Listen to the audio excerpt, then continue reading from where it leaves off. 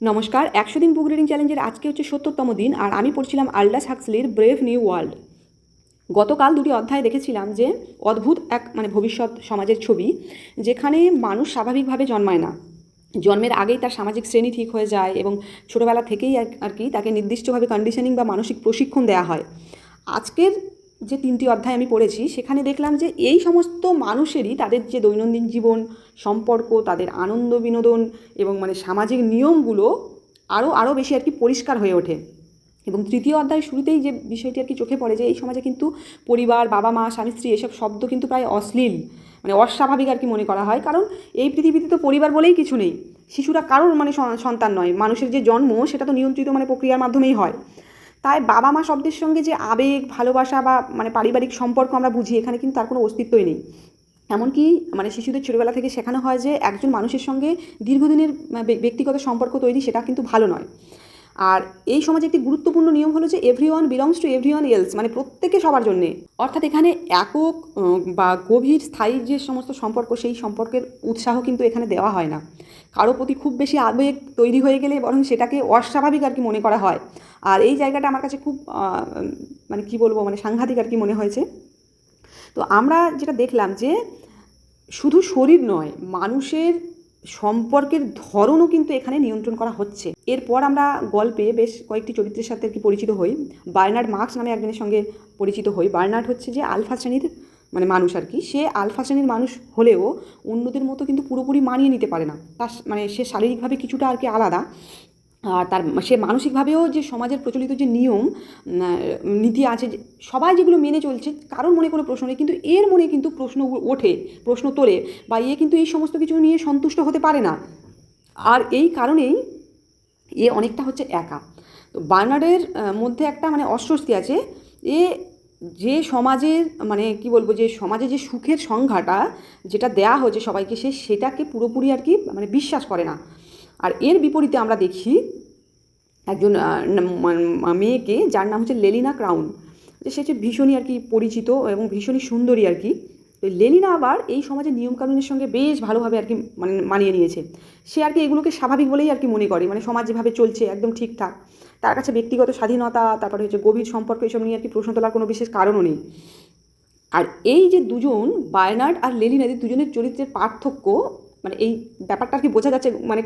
জানি না কতটা এগোবে গল্পটা, যাই হোক, কিন্তু একটা আন্দাজ করা যাচ্ছে এরা দুজনেই বিপরীত ধর্মীর আর কি চরিত্রের আর কি। তাদের যে চিন্তাভাবনা আলাদা আলাদা। একজন সমাজের নিয়ম মেনে চলতে পছন্দ করে, আর অন্যজন সেই নিয়ম থেকে একটা অদ্ভুত রকমের অস্বস্তি অনুভব করে। যাই হোক, এরপর আর একটা চরিত্র আসে, হেলমন্স হচ্ছে আলফা প্লাস শ্রেণীর মানুষ, এবং সে অত্যন্ত আর কি মেধাবী আর কি।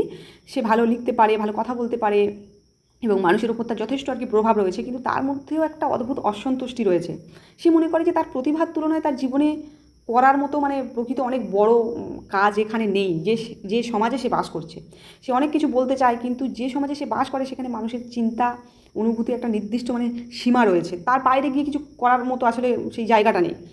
তাই তার প্রতিভা যেন ঠিক মতো সে মনে করে যে প্রকাশ পাওয়ার সুযোগ পায় না। যাই হোক, তো এখানে বার্নার্স আর হেলমন্সের মধ্যে একটা বন্ধুত্ব তৈরি হয়। দুজনেই আর কি, যেহেতু আলাদা ধরনের চিন্তা ভাবনার যে ব্যাপারটা সেটা আছে, দুজনেরই মনে হয় যে এই সমাজে সব কিছু এত সুন্দরভাবে সাজানো হলেও কোথাও যেন একটা সমস্যা আছে।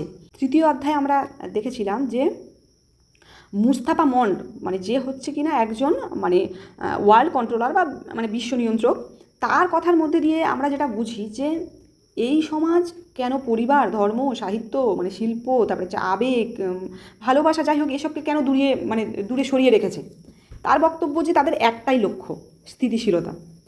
মানুষ যেন দুঃখ না পায়, তারপরে হচ্ছে মানুষ যেন বিদ্রোহ না করে, মানুষ যেন অতীত নিয়ে প্রশ্ন না তোলে, মানুষ যেন এমন কোনো গভীর অনুভূতিতে আর কি না জড়ায় যা তাকে সমাজের নিয়মের বাইরে আর কি নিয়ে যেতে পারে। আর এই জন্যই এই সমাজে মানুষের সবসময় আর কি ব্যস্ত রাখা হয় বিভিন্ন বিষয়ের মধ্যে দিয়ে। বিনোদন আছে, ভোগ আছে, নতুন নতুন জিনিসের জিনিস কেনার উৎসাহ আছে, আর আছে সোমা হচ্ছে এক ধরনের মাদক আর কি, যা হচ্ছে মানুষকে তার দুঃখ আর তার ভেতরে যে অস্বস্তি সেগুলো আর কি দূরে রাখতে সাহায্য করে। অর্থাৎ এখানে একটা অদ্ভুত ব্যবস্থা তৈরি করা হয়েছে, যেখানে হচ্ছে মানুষকে অসুখী হতেও দেওয়া হয় না আর কি। কিন্তু সেই যে সুখটা তারা ভোগ করে, সেই সুখটা তাদের নিজের পছন্দেরও নয়। এই যে ব্যাপারটা, এটা একটা কি বলবো, গা শিরিয়ে ওঠে। যাই হোক, আজকে আরেকটি বিষয় সামনে আসে, বার্নার্ডের সঙ্গে লেলিনার সম্পর্কের বিষয়টি। লেলিনা বার্নার্ডের প্রতি আগ্রহী, আবার বার্নার্ডও কিন্তু লেলিনার প্রতি মানে আগ্রহী। কিন্তু ব্যাপারটা যেটা, যেভাবে বার্নার্ড মানে লেলিনাকে চায়, সেই চাওয়াটা অন্যরকম চাওয়া। সে চায় না যে তাদের সম্পর্কটা শুধু সমাজের মানে প্রচলিত নিয়মের মতো হোক, মানে আর 5টা সম্পর্কের মতো হোক, মানে যেটা আর কি সমাজ তৈরি করে দিয়েছে সেই সমাজ। সে মানে কি বলবো, সে চায় একটু ব্যক্তিগত আর কি মানে সময় কাটাতে তার সাথে, মানে সম্পর্কের মধ্যে গভীরতা চায়। আর এখানেই হচ্ছে তার সমস্যাটা। কিন্তু লেলিনা সে আগ্রহী হলেও সে কিন্তু আর 5জনের মতো করেই আর কি বার্নার্ডের সাথে সম্পর্কটা আর কি সে সেরকমভাবে ভাবে আর কি।